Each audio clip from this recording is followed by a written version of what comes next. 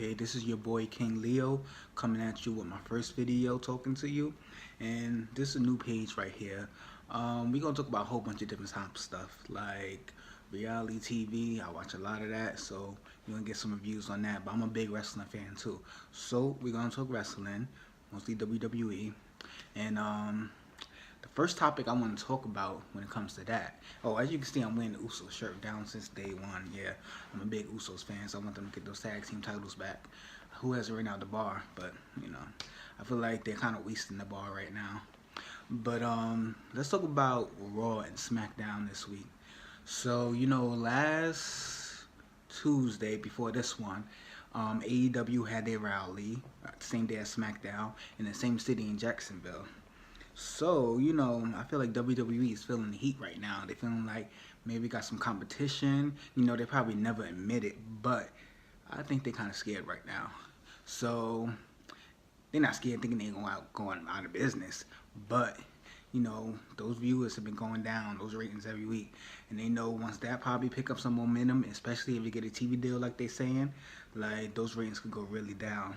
But honestly, I think this is best for business because when you have competition, you do better, you step your game up. And we saw that in the 90s with WCW and WWE.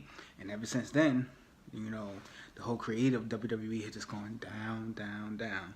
So, this is the first week of shows after the rally. So we get Raw this week. And I think we could all agree, even though Raw is the flagship show, it gets more viewers, Raw has been just a sinking ship. Like, it's so redundant with the same matches every week. The storylines are just boring. It's just bad. And for us hardcore fans, we still watch. But I know, like me and my friends, we're just looking at it like, like we just wasting our time watching this. Like, it's the same done over and over stuff. So, so this week, last week before this, they kind of put on a good show. But this week was even better. I had to say this is one of the best shows in a long time. Like, the whole 3 hours is pretty good. Like, we got Braun Strowman cutting a promo to Brock about the Universal title match at Royal Rumble. We got Vince McMahon. I really like that he's been around lately. He's always there, but he barely comes on camera until recently. So this is good. I think the more Vince McMahon in front of the camera, the better. So, he arrived in a limo at first, strut, doing his little thing, coming out. And then eventually Braun Strowman sees the limo, and he's looking for Baron Corbin after Baron Corbin came and interrupted him while he was talking. And he ends up breaking the limo, like just taking the door right off the limo. So, Vince sees that, he's not having it. And Braun is not even trying to apologize. He's just mouthing off to Vince. So Vince is like, you're out. I'm taking you out the Universal title match at Royal Rumble. And I don't know the point of this. Like, were they ever really going to go that angle with him against Brock? Even though I really didn't want to see that match again. Because I'm not a big Braun Strowman fan myself. I know he's kind of over right now. The fans love him. But for me personally, I'm not a fan of his. So, he take him out the match. And I don't know if that's like creative decision or because he's really injured right now and just can't go against Brock.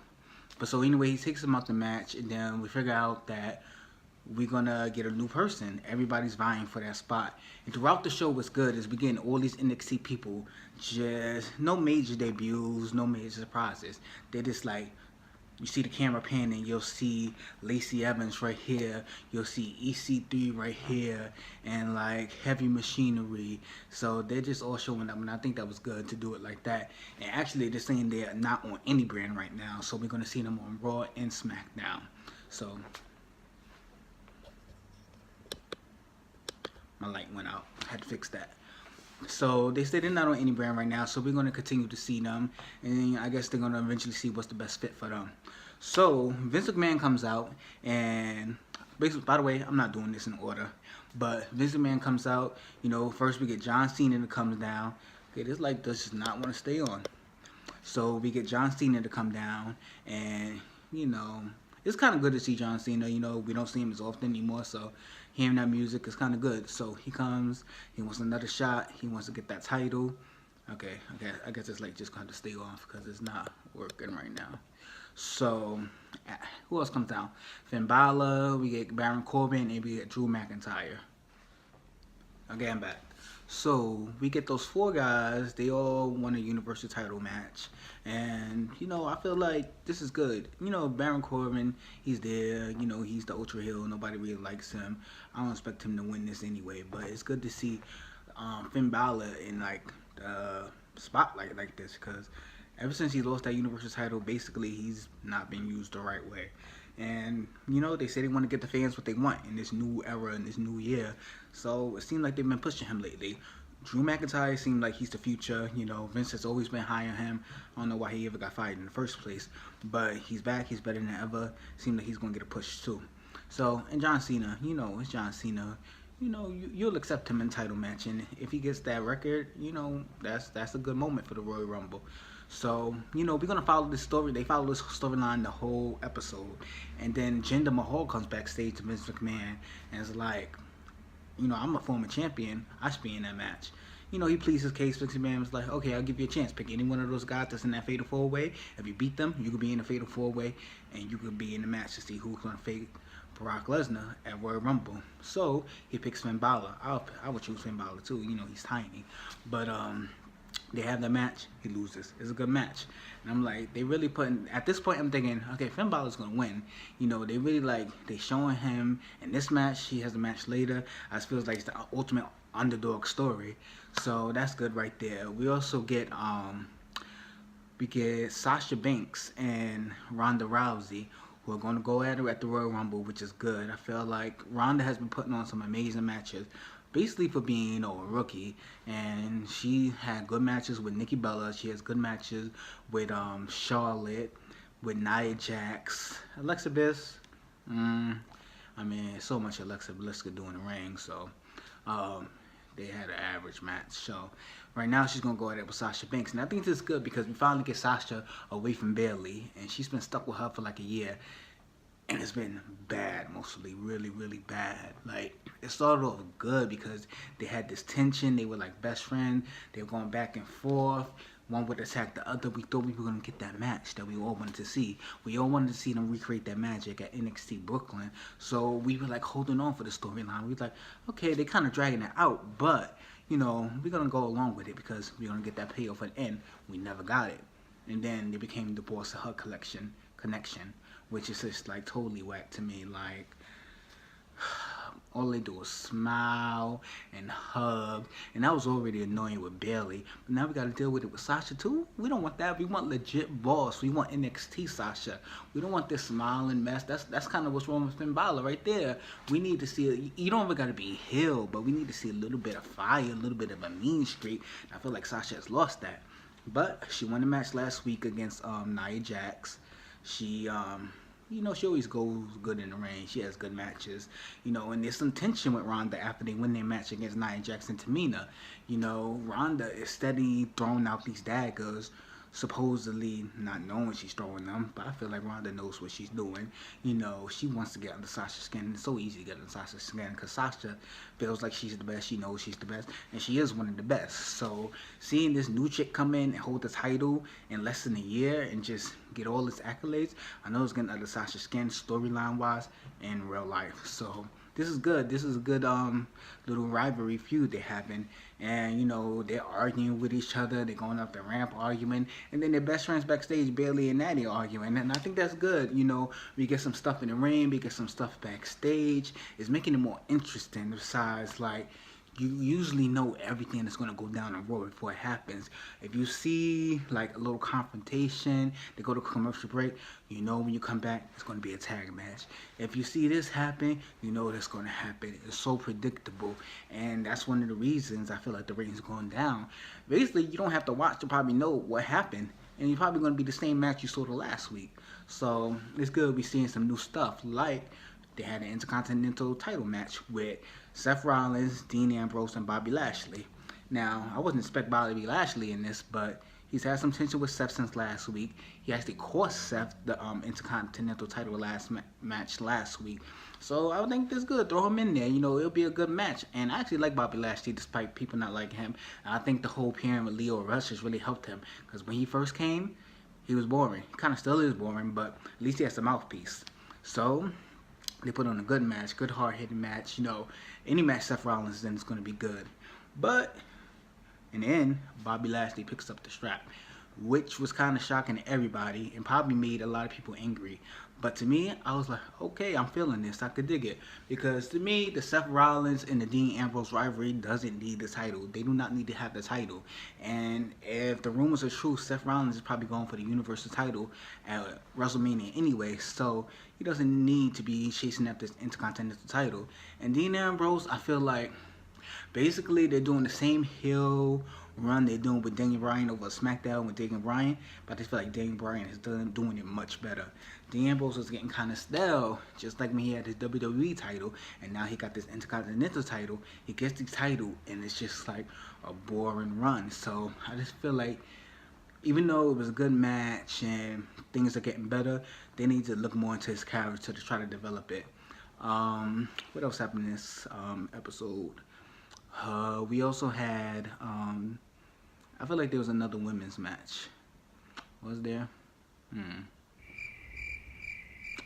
Was there another women's match?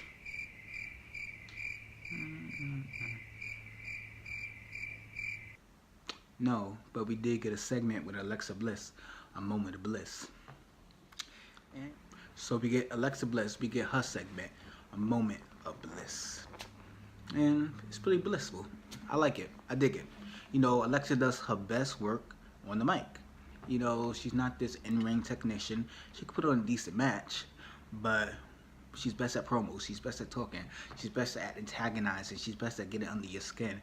So what better place to do it is to give her own talk show like Miz TV. Like, invite these people on there and just basically degrade them. But, you know, so far she's been kind of subtle. She hasn't gone in yet, really. So this week she has Ronda Rousey. No, that was last week. This week she has Paul Heyman there, but before she been bringing Paul Heyman out, you see behind her, you see like this red covering, and I'm like, oh, I know what that is. We know what that is. All of us that have been waiting, we know what it was. And what is it? It's the women's tag team titles. Finally, we get them. They're unveiled. They're nice. They're beautiful. They're white. They're like so much better than most of the titles in WWE right now. The current men's tag team SmackDown Raw title, I can't really describe. Like, they're just there. The WWE title, Universal title, one red, one black, big W. I mean, I feel like they need to like really put some thoughts in these titles and just not try to brand and market WWE with these big old W's, like with the women's titles too. So with this, to actually see that it was different, I really digged it. So she also announces that Elimination Chamber, we're going to get 3 teams from SmackDown, 3 teams from Raw. We're going to battle out in the Chamber. I think it was the Chamber. And we're going to crown the first tag team women's champion for WWE. You know, we had them back in the day. So I'm feeling this, and I'm trying to think who would the 3 teams be. Right now, you gotta assume it's gonna be Bayley and Sasha. I don't think Sasha's gonna pick up the title from around that Royal Rumble. I mean, that would be great. I would love that, but I don't think it's gonna happen. So that's one team right there from Raw. Second, Nia Jax and Tamina. They have to be in there. Third, I mean, Riot Squad. That's how I would go. They probably gonna put together also Alicia Fox and Mickie James. Dana Brooke might try to find a partner, maybe with, I don't know, because we barely know she's a face. One day she's a face on a live show, then she's a heel on Raw. So maybe she tries to team with Ember Moon. Who knows?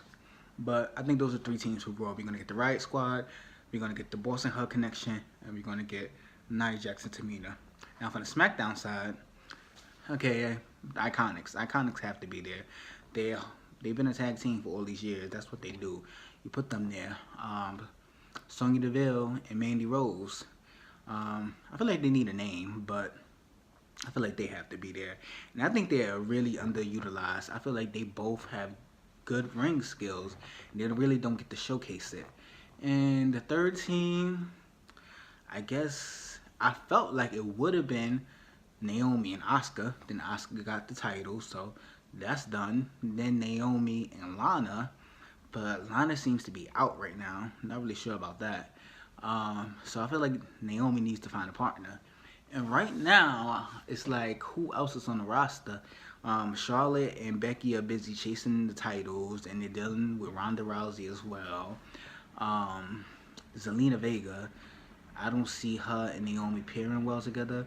Plus, she's more handling Andrade right now than doing in-ring stuff. So I feel like you gotta call somebody up for Naomi, and I feel like after Royal Rumble, that'll be good. Or just one of these new people that are up right now. We got Lacey Evans, we got Nikki Cross. I say Nikki Cross. Put Nikki Cross and Naomi together. Kind of weird pairing, but so was Team Hell No, Daniel Bryan and Kane. I feel like that'll be entertaining. Her crazy, Naomi glowing and dancing. Take my money, I'll be there for it. One is just wild and crazy. The other one is athletic. Like, to me, that's a good team. So those will be my three teams.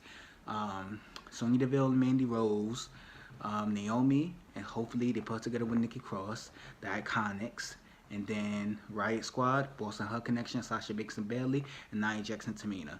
So we're gonna get that Elimination Chamber, and that's another good segment. Like, a lot of times they announce breaking news on social media, on Twitter. Like, nah, you should do this stuff on Raw. This is what people tune in for. Give us announcement, give us surprises on Raw. This is what we wanted. So that's good.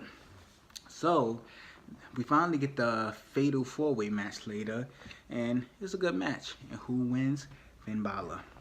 And I think this is great. Like, I feel like Brock Lesnar has his best matches against the little guys. Look at his match with AJ Styles at Survivor Series. Look at his match with Daniel Bryan at Survivor Series. Then look at his matches with Roman Reigns. Let's forget about that. So I feel like this is good. Then Finn Balor is back in the spotlight. He's going for that Universal title again. He had one match with Roman on Raw, which we know he wasn't going to win when Roman first won the title. So this is like his first big chance at the title again on the pay-per-view ever since he had to relinquish the title. So I'm digging this. Obviously, I don't think he's going to win, but it's just good to see him getting the opportunity. And, he had the opportunity at NXT TakeOver UK. He won that as a surprise, and he was able to, I feel like they're seeing his value now, and they're using him. So I feel like this is good. This is really good for Finn Balor. And you see John Cena is there celebrating him, holding his hand up, hey, hey, hey, hey. And I feel like he's passing the torch. Like, I feel like at this point, John Cena, that's his role. He's there to push the put the young guys over, and I think that's good. You can still give him one more title, let him break the record. But I feel like the main reason we need John Cena is, give us a good feud, give us a good rivalry, and put over these younger guys. Like, I can't wait until we get Velveteen Dream to come out. Imagine Velveteen Dream and John Cena, both put them on the mic together. That'd be amazing. Like, give me that at WrestleMania. I'm ready for it. So, there was a few things that happened in Raw too. We still got a redundant match between the Revival and Lucha House Party. I actually really like Lucha House Party, but it's just that we've seen this, and I really like the Revival too, but they get no reaction, like none at all, and I don't understand it because I'm big fans of the Revival, and I feel like I don't know what they can do to put them over. It's like they give them the mic, they let them talk, they put on decent matches, but the crowd is just not feeling it. So, and I feel like the Raw Tag Team division is really, really suffering right now. Like, compared to SmackDown, like, who do they have? Okay, we got the champions in Chad and Gable, which is a weird team, but I like them because they're good. AOP has been so misused. Why even get them the title? You're gonna let them drop it so quick. Ascension, next. B Team, next. Like, who else? Lucha House Party and the Revival. That's why I feel like Heavy Machinery needs to come to Raw. They give you some comedy. They give you some good matches. So, overall, Raw really stepped up their game this week. It was like, they actually put thought into it. I felt like it wasn't just like match here, match there. It was like good promos, good surprises, um, things happen that you wouldn't expect. And I feel like it's all the AEW effect. I feel like they feel like, we got to keep our fans right now. And, some of them are really pissed. Some are never going to leave, but some will. And they will turn that channel to AEW if they get a TV deal, and they'll never come back. Some wrestling fans are like, they'll be loyal to that brand. They won't go back and forth. So they want to establish right now that we are the premier brand. We're the ones you want to watch. And I like that. Speaking of AEW, right now, there's a few WWE under contract that are asking for their release, supposedly. I heard that Mike Bennett and Maria Kanellis, even heard Goldust. I thought he was retiring. And there was one other guy. Basically, they're asking for their release. I think it's the Revival from WWE. And I think this is because they want to go to AEW. Like, they feel like they're being misused right now in WWE. I don't blame them. Like, Neville's over there now. Cody Rhodes, since he left, been doing his thing. So I just feel like the roster is oversaturated right now anyway. There's so many people on the roster. We see the same people, but there's like some people they buried so far down. There's no point to even keep them because we won't see them as a serious contender. So just let them go if they want to go. Like, and then we got all this talent in NXT. Some of it has to be called up eventually. But I did hear one story that Triple H said some people might stay in NXT forever. Which, okay, if you're going to do that, make NXT 2 hours, make it a big brand, and still let Triple H have control over it. And, like, just make it that third show. And maybe even put it on TV. I don't know, but if you're going to keep people down there, like, still keep the integrity of what NXT is. We don't want it to be like a Raw SmackDown. But it's like so much talent right now, and not everyone can have the spotlight. Not everyone can have a good storyline. So if somebody wants to leave, let them leave. Like, you're not doing anything with them anyway. So, yeah. So that was me talking about the first Raw after this AEW rally. And guess what? It was a decent Raw. But let's see if they can keep it up. We got Royal Rumble coming up a week after this next Raw coming up. So this is the go-home show to Raw. So we need to see what they can do. I feel like they're going to keep this momentum. I feel like they won't let me down. Let's hope they don't. So, I'll see you again next week with another video. Maybe I'll give you a SmackDown review too. But this is my first video. I just wanted to get my feet wet a little bit. Like, and just give you some talk how I'm feeling right now. So, hit you up later. Bye.